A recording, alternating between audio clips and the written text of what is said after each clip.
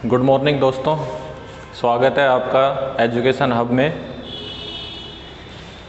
आज हम बात करते हैं, क्योंकि पहले हमने जब पढ़ा था परिमेय संख्याओं के बारे में, आज हम डिस्कस करेंगे।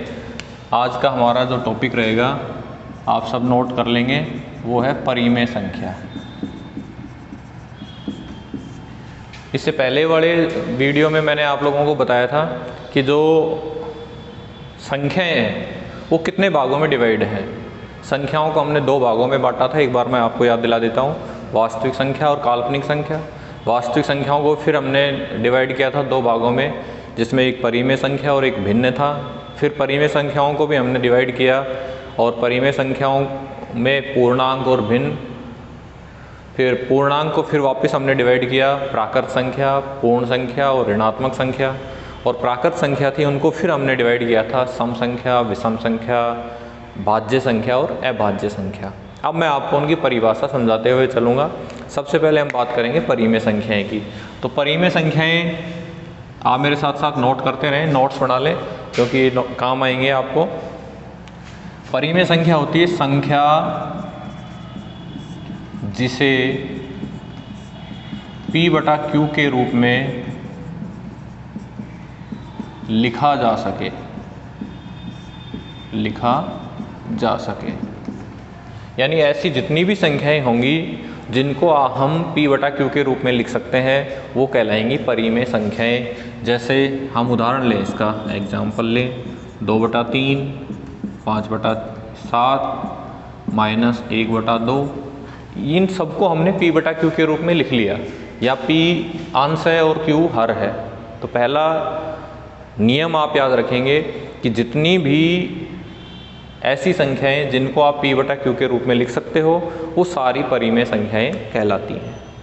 क्लियर? आगे बढ़ते हैं हम। दूसरा लिखेंगे, ऐसी संख्याएं दशमलव वाली जिनका दशमलव प्रसार शांत हो, लिख लेंगे दशमलव संख्या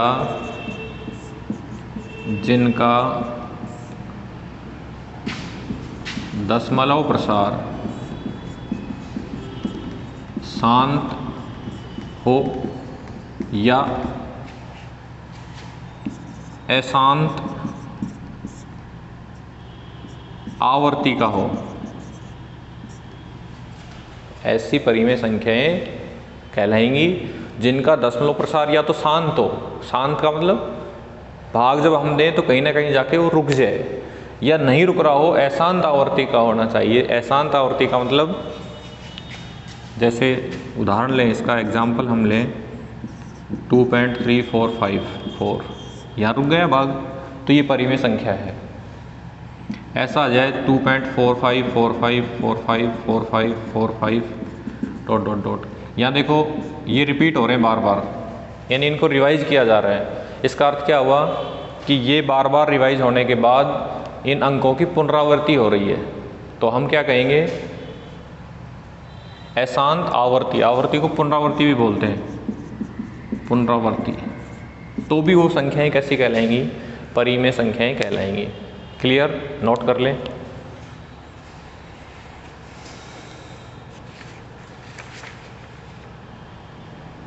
सबका नोट हो गया?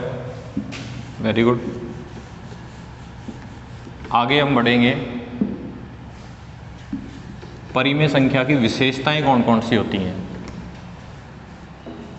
परिमेय संख्या की विशेषताएं, देखो मैं आपको यहाँ पे पूरा जो बेसिक मैथ है उसकी विस्तार से जानकारी देंगे और कंटिन्यू कराएंगे। आप लगातार इससे जुड़े हुए रहें। किसी भी प्रकार का कोई भी मैथ से रिलेटेड क्वेश्चन किसी भी कंपटीशन एग्ज़ाम में आए तो आप यहाँ से उनका लाभ ले सकते हो।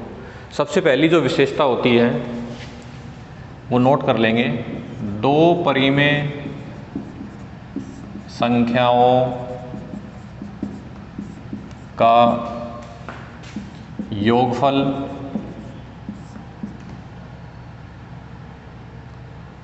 और गुणनफल अंतरफल यानी संख्याओं का जोड़ना, गुणा करना और अंतर करना हमेशा, अंतरफल हमेशा एक परिमेय संख्या होता है,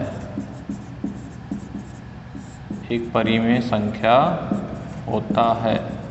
ध्यान रहेगा कि दो संख्याओं का परिमेय संख्याएं अगर दो हैं तो उनका योगफल, अंतरफल और गुणनफल ये हमेशा क्या रहेगा, एक परिमेय संख्या ही रहेगा। जैसे उदाहरण से समझें आप, 0 एक परिमेय संख्या है, इसमें 2 ऐड करें कितना आएगा 2, ये भी एक परिमेय संख्या है। 5 - 2 3 आ गया, ये भी परिमेय संख्या है। 2 × 3 6 आ गया। और उदाहरण लें 2/3 × 5/7 गुणा करेंगे 5 दूनी 10 7 या 21, ये भी कैसी संख्या है, परिमेय संख्या है।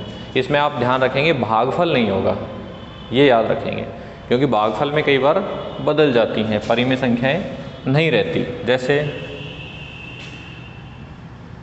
इसकी दूसरी जो विशेषता है वो लिख लेंगे,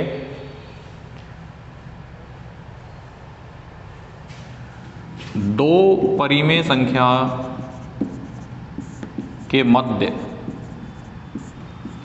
अनंत परिमेय संख्या होती है, ये विशेषता है इसकी कि दो परिमेय संख्याएं हैं, उन दोनों परिमेय संख्याओं के बीच में बहुत सारी संख्याएं हो सकती हैं। जैसे 2 व 3 है, 2 और 3 के बीच में देखो 2.1 2.2 2.3 ऐसे बहुत सारी आएंगी। तो कोई भी दो संख्याएं हैं, उन दो संख्याओं के बीच में बहुत सारी परिमेय संख्याएं हो सकती हैं। क्लियर हो गया परिमेय संख्या का टॉपिक। ऐसी संख्याएं जिनको आप p/q के रूप में लिख सकते हो, ऐसी संख्याएं जिनका दशमलव प्रसार शांत हो, ऐसी संख्याएं जिनका दशमलव प्रसार शांत नहीं हो लेकिन अशांत आवर्ती का हो, यानी शांत भी नहीं है लेकिन आवर्ती उसकी बार बार हो रही हो, तो भी क्या कहलाएंगी, परिमेय संख्याएं। इनकी कुछ विशेषताएं थी। पहली विशेषता, दो परिमेय संख्याओं का योगफल हमेशा परिमेय होगा, दो संख्याओं का अंतरफल हमेशा परिमेय होगा, दो संख्याओं का गुणनफल हमेशा परिमेय होगा। अगली जो विशेषता थी वो हमने बताई थी कि दो परिमेय संख्याओं के बीच बहुत सारी अनंत परिमेय संख्याएं हो सकती हैं, अनंत परिमेय संख्याएं होती हैं। क्लियर, कोई डाउट नहीं है। अब हम अगली संख्याएं लेंगे और अगली संख्या है अपरिमेय संख्या।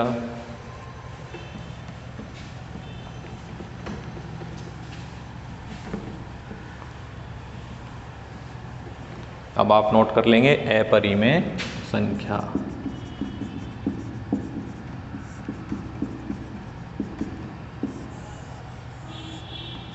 देखो पहली बात क्या लिखेंगे, संख्या जिसको हम p/q के रूप में नहीं लिख सकते हो, ऐसी संख्या जिसे p/q के रूप में नहीं लिख सकते हो।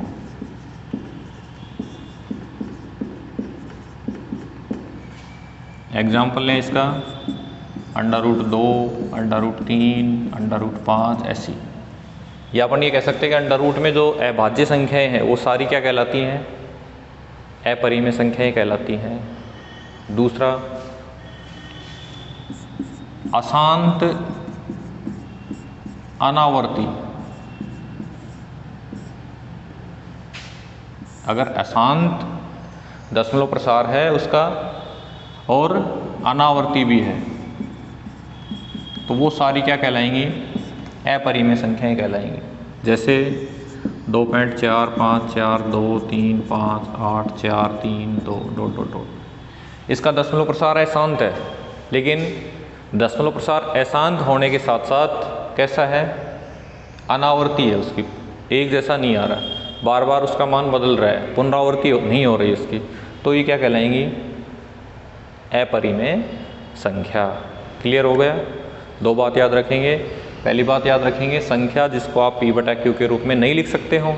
दूसरा, ऐसी संख्या जिनकी अशांत आवर्ती हो, अशांत अनावर्ती यानी अशांत भी हो और बार बार वो रिपीट नहीं हो रहा हो, वो क्या कहलाएगी? परिमेय संख्या। अब हम पढ़ेंगे इनकी विशेषता। मैं बहुत सिंपल तरीके से समझाने का प्रयास कर रहा हूँ, आप इनको ध्यान रखें, नोट कर लें, इसके नोट्स बना कर रखें। हर एग्ज़ाम में आपको ये काम आएंगे। इनकी अब बढ़ेंगे संख्याओं की विशेषता।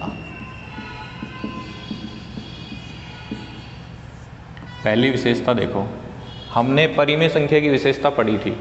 परिमेय संख्या की विशेषता में हमने देखा था कि दो संख्याओं का योगफल, अंतरफल, गुणनफल हमेशा क्या होता है? परिमेय होता है। इसमें थोड़ा सा अंतर आ जाएगा। इसमें हम लिखेंगे दो संख्याओं का योगफल, गुणनफल, अंतरफल और भागफल। भागफल ऐड और हो जाएगा इसमें, वो सभी क्या होगा? अपरिमेय होगा।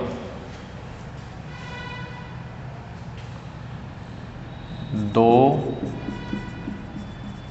संख्याओं का योगफल,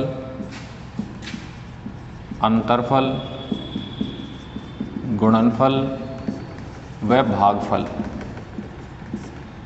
यह चारों चीज हो गई। परिमेय या अपरिमेय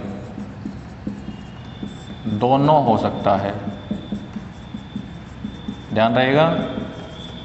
छोटा क्वेश्चन कई बार पूछ लेते हैं कि दो परिमेय संख्याओं का योगफल हमेशा, ऑब्जेक्टिव टाइप में क्वेश्चन आता है ना, उसमें पूछ लिया जाएगा कि दो परिमेय संख्याओं का योगफल हमेशा होता है परिमेय, अपरिमेय, भाज्य, अभाज्य। तो आपका आंसर होना चाहिए परिमेय।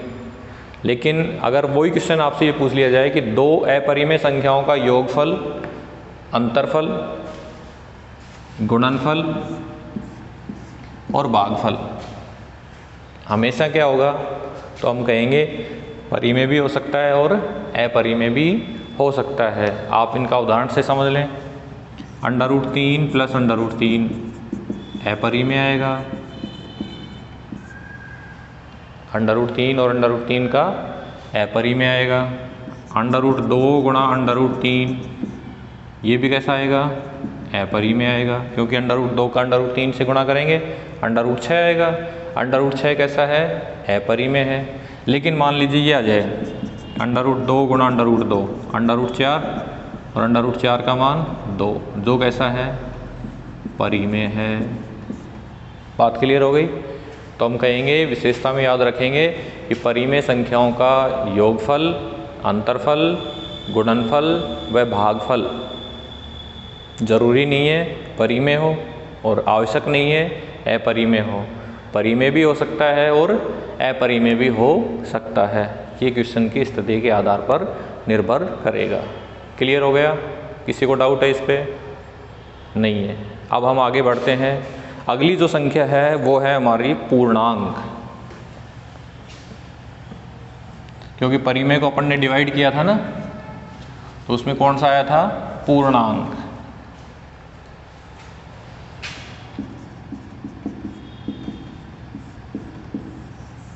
देखो ये संख्या रेखा है, ये हम 0 लिखेंगे, इधर धनात्मक संख्याएं आएंगी और इधर ऋणात्मक संख्याएं। पूर्णांक क्या होंगे? जिनको संख्या रेखा पे हम निरूपित करते हैं वो सारे क्या कहलाते हैं? पूर्णांक। आप नोट लिख लेंगे। संख्याएं जिनको संख्या रेखा पर व्यक्त करते हैं वो क्या कहलाते हैं? पूर्णांक कहलाएंगे। क्लियर हो गया? कि ऐसे संख्याएं जिनको हम संख्या रेखा पर व्यक्त कर सकते हैं या निरूपित कर सकते हैं वो क्या कहलाते हैं? पूर्णांक। अब पूर्णांक आपके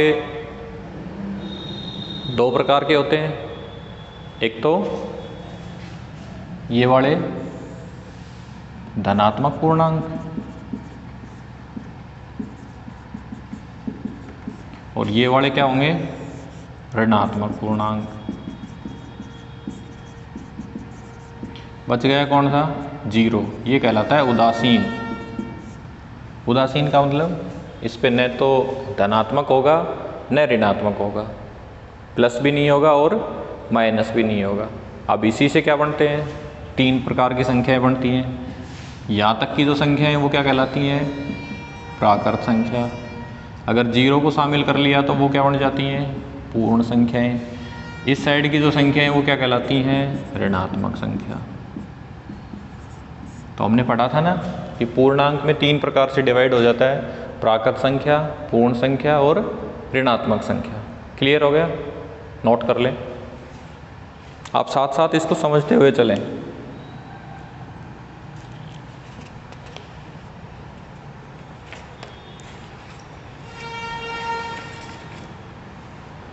अच्छा, इसमें एक बात और बच गई जिसको अपन बोलते हैं भिन्न। तो भिन्न को समझने के लिए आपने समझा होगा P/Q के रूप में जिनको लिखते हैं हम, जिनको हम P/Q के रूप में लिखते हैं वो सारे क्या कहलाते हैं, भिन्न कहलाते हैं। तो परिमेय संख्याओं में पढ़ लिया था, वही भिन्न होंगे। अब हम यहाँ प्राकृत संख्या सब जानते हैं, सबको मालूम है। पूर्ण संख्याएं जीरो से शुरू होती हैं, सबको मालूम है। ऋणात्मक संख्याएं ये हो गई। अब प्राकृत संख्या के जो प्रकार हैं उसमें सबसे पहला आता है सम संख्या, फिर आता है विषम संख्या, फिर आता है भाज्य संख्या और फिर आता है अभाज्य संख्या। अब आपको मैं बात करूं कि प्राकृत संख्या में सम संख्याएं ऐसी संख्याएं होती हैं जो दो से डिवाइड हों, विषम संख्याएं जो दो से डिवाइड नहीं हो, भाज्य संख्याएं जिनमें खुद के अलावा किसी दूसरी संख्या का भाग जाता हो।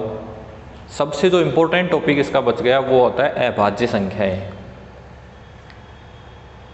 तो सबसे पहले अब हम बात करेंगे अभाज्य संख्याओं की, क्योंकि जो एग्ज़ाम है उस एग्ज़ाम में बहुत सारे क्वेश्चन हैं वो अभाज्य संख्या से रिलेटेड पूछे जाते हैं।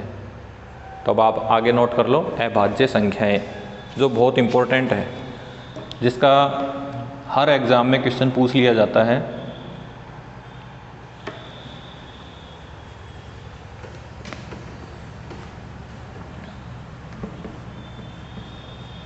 आप साथ साथ नोट करते चलें, इनके नोट्स बना लें, और जब भी आप कोई कंपटीशन का एग्ज़ाम देने जाएं तो इनको एक बार देख लें। अब हम बात करते हैं अभाज्य।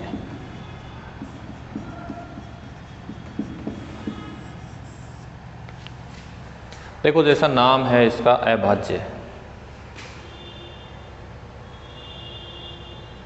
सब समझते हैं उसको, नाम से मालूम हो रहा है कि अभाज्य जिनमें खुद का भाग जाता हो, उसके अलावा किसी दूसरी संख्या का भाग नहीं जाता हो। मैं इसको थोड़ा सा मॉडिफाई कर देता हूँ, अलग रूप में समझाने का प्रयास करता हूँ। आप लिखेंगे संख्या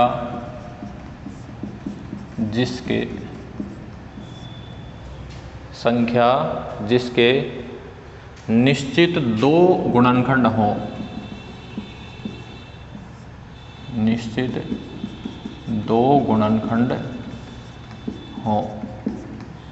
थोड़ा समझने का प्रयास करें। बात वही है कि ऐसी संख्याएं जिसमें खुद का भाग जाता हो, खुद के अलावा किसी दूसरी संख्या का भाग नहीं जाता हो, एक ही बात है वो दोनों।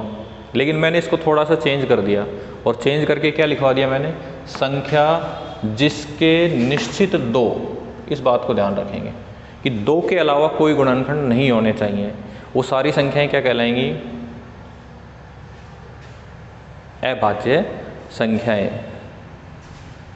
और निश्चित दो जो गुणनखंड होंगे वो होंगे एक व जो संख्या है वो स्वयं। ये गुणनखंड भी आप याद रखेंगे कि वो संख्या के जो दो गुणनखंड हैं वो कौन कौन से होंगे, एक तो खुद वो जो संख्या है वो, और एक, जैसे दो है, दो अभाज्य संख्या है तो इसके गुणनखंड हो गए 1 गुणा 2। इसके अलावा इस संख्या का कोई भी गुणनखंड नहीं है, इसलिए ये कैसी है, अभाज्य है। 5 दे रखा है आपको, इसका गुणनखंड 1 गुणा 5 होगा। क्या इसके अलावा और कोई गुणनखंड होंगे? नहीं होंगे। तो ऐसी जितनी भी संख्याएं हैं जिनका केवल निश्चित 2 गुणनखंड हों, और निश्चित 2 गुणनखंड कौन से होंगे, एक और वो संख्या, एक और वो संख्या, वो क्या कहलाएंगी, अभाज्य संख्याएं कहलाएंगी। सबसे छोटी अभाज्य संख्या कौन सी होती है, ये पूछा जाता है कई बार। सबसे छोटी अभाज्य संख्या 2 होती है। सबसे छोटी अभाज्य संख्या क्या है, 2। और ये सबसे छोटी समअभाज्य संख्या है, छोटी नहीं, अकेली समअभाज्य संख्या है। इंपॉर्टेंट बात है, ध्यान रखना, यह अकेली समअभाज्य संख्या है। यानी जितनी भी अभाज्य संख्याएं हैं उन सभी अभाज्य संख्याओं में से केवल मात्र केवल 2 एक ऐसी संख्या है जो सम भी है और अभाज्य भी है। ध्यान रखेंगे, क्वेश्चन पूछा जाता है, एक बार पहले एग्जाम में आ चुका है, आप इसको अच्छे से नोट करके रख लें, जल्दी नोट करें।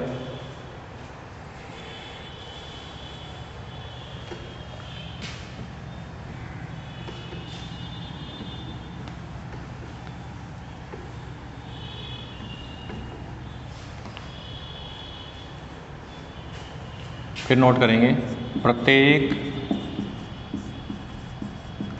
अभाज्य संख्या को 6n ± 1 6n ± 1 के रूप में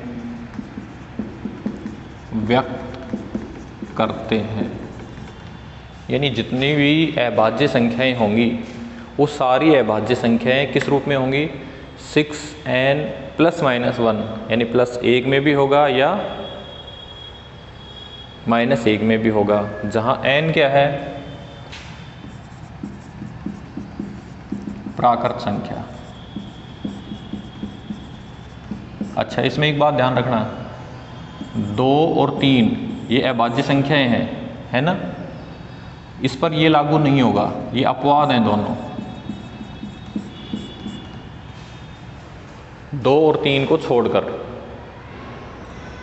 बाकी जितनी भी संख्याएं होंगी उन सभी संख्याओं को अपरिमेय होंगी अगर 6n ± 1 के रूप में लग रहा है।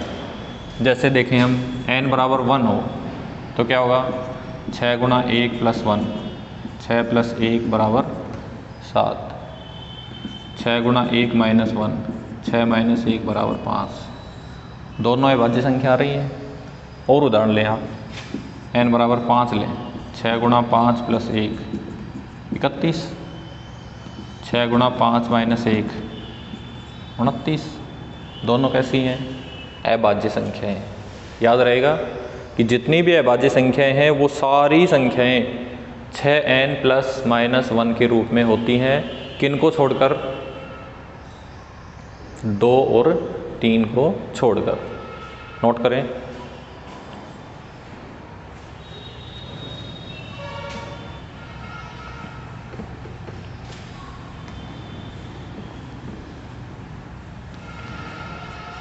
जो 1 से 100 तक, 1 से 100 तक कुल 25 अभाज्य संख्याएं होती हैं।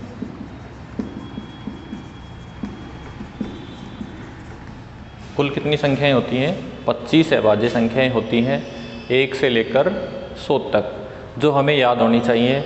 आप इनको नोट कर लो, मैं नोट करा रहा हूँ। पहली लाइन में देखेंगे 2 3 5 7, 10 वाली लाइन में कौन कौन सी हो गई, 2 3 5 7, यानी ये टोटल संख्या हो गई 4, 10 की लाइन में हो गई। अगली लाइन में देखेंगे 11 13 17 और 19, 20 की जो लाइन है उसमें कितने हो गई, 4 संख्याएं हो गई, 11, 13, 17 और 19। उसके बाद अगली लाइन में पढ़े, अगली लाइन में चलेंगे 30 में, तो 23 और 29 केवल 2 संख्याएं ऐसी हैं जो अभाज्य हैं। बाकी इसके अलावा कोई भी इसमें ऐसी संख्या नहीं है जो अभाज्य है। अगली लाइन में बढ़ें, 30 की लाइन में आ जाएगा 31 और 37, ये भी 2 संख्याएं हो गई जो अभाज्य हैं। फिर आगे बढ़े हम 40 की लाइन में, तो वहाँ 3 होंगी, 41, 43 और 47, ये 3 संख्याएं ऐसी हैं जो अभाज्य संख्या है। अब अपन उसकी अगली 60 वाली में चलें, तो वहाँ 2 संख्याएं हैं, 53 और 57, ये 2 संख्याएं ऐसी हो गई जो अभाज्य हैं। 60 के बाद 70 वाली लाइन में चलें, तो उसमें भी 2 संख्याएं हैं, 61 और 67, ये भी क्या हो गई, अभाज्य संख्याएं हो गई। आगे बढ़े और हम जो 70 की लाइन है उसमें फिर 3 संख्याएं आ जाएंगी, 71, 73 और 79, ये 3 संख्याएं क्या कहलाएंगी, अभाज्य संख्याएं। उसकी अगली लाइन में बढ़ें, उसमें 2 संख्याएं हैं, 83 और 89, ये 2 संख्याएं हो गई। और लास्ट जो 90 की लाइन है, 100 वाली लाइन है, उसमें केवल 1 संख्या होगी, 97, जो अभाज्य संख्या है। अब हम इनका टोटल मार के देखें, 4, 4, 8, 2, 10, 2, 12, 12, 3, 15, 2, 17, 2, 19, 19 और 3, 22, 2, 24 और 1, 25। ये सबको याद होनी चाहिए कि 1 से 100 तक कुल कितनी अभाज्य संख्याएं हैं, 25 अभाज्य संख्याएं हैं। 1 से 10 वाली में ये 4 हैं, 11 से 20 तक में 4 होंगी, 23, 29, 31, 37, 41, 43, 47, 53, 57, 61, 67, 71, 73, 79, 83, 89 और 97, ये 1 से 100 तक की अभाज्य संख्याएं हो गई। ध्यान रहेगा, नोट कर लें इनको फटाफट। आप साथ साथ नोट्स बनाते रहें जो आपको काम आएंगे।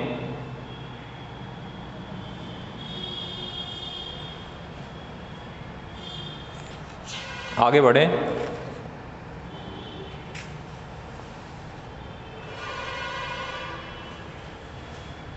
नोट हो गया।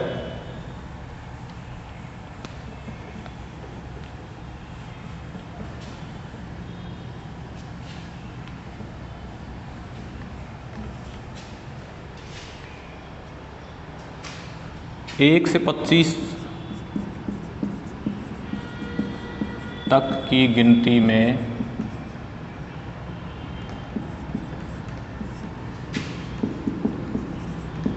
कुल 9 अभाज्य संख्याएं होती हैं।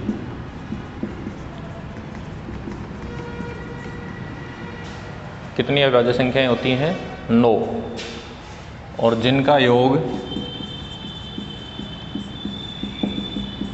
100 होता है। याद रखना इसको कि प्रथम 9 अभाज्य संख्याओं का योग 100 होता है, 100 होता है। इससे रिलेटेड क्वेश्चन पूछे जाते हैं, एग्जाम में आए भी हैं पहले। जैसे प्रथम आपसे 10 संख्याओं का योग पूछ लिया जाए, 10 अभाज्य संख्याओं का, तो आपको मालूम है कि पहले 9 संख्याओं का योग तो कितना है, 100 है, 10वां उसमें ऐड कर दो बस। जैसे कौन कौन सी संख्या होंगी, 2 + 3 + 5 + 7, 4 संख्या थी, हो गई। फिर 11, 13, 17, 19, 8 हो गई। और 9वीं जो संख्या है वो क्या हो गई, 23। इन सब का जो योग करेंगे वो कितना आएगा, 100। याद रखना है कि प्रथम 9 संख्याओं अभाज्य संख्याओं का योगफल कितना होगा, 100 होगा। या आपसे ये पूछ लिया जाए कि 1 से 25 तक की जो अभाज्य संख्याएं हैं उनकी संख्या कितनी होगी 1 से 25 तक, तो 1 से 25 तक की जो अभाज्य संख्या होगी गिनती में वो 9 होंगी। और 9 कौन कौन से अंक होंगे, 2, 3, 5, 7, 11, 13, 17, 19 और 23।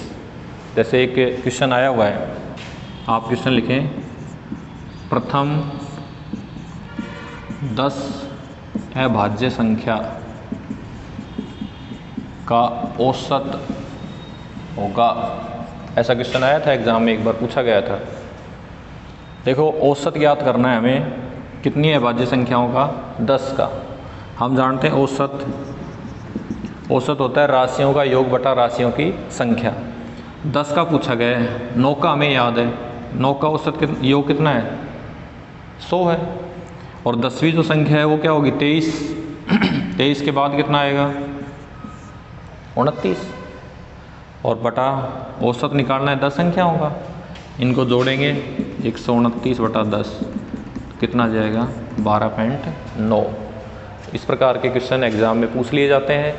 आप अभाज्य संख्याओं को समझ गए होंगे।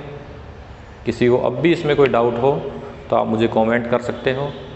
और इसी प्रकार के वीडियो लगातार देखने के लिए जो हमारा चैनल है एजुकेशन हब, उसको आप लाइक, शेयर और सब्सक्राइब करें। और आपके लिए लगातार मैं बेसिक जो मैथ है उनके वीडियो डालता रहूँगा। और कोई आपके एडवाइस है या अन्य प्रकार के आपको वीडियो चाहिए तो आप मुझे कमेंट कर सकते हैं। Thank you, have a nice day.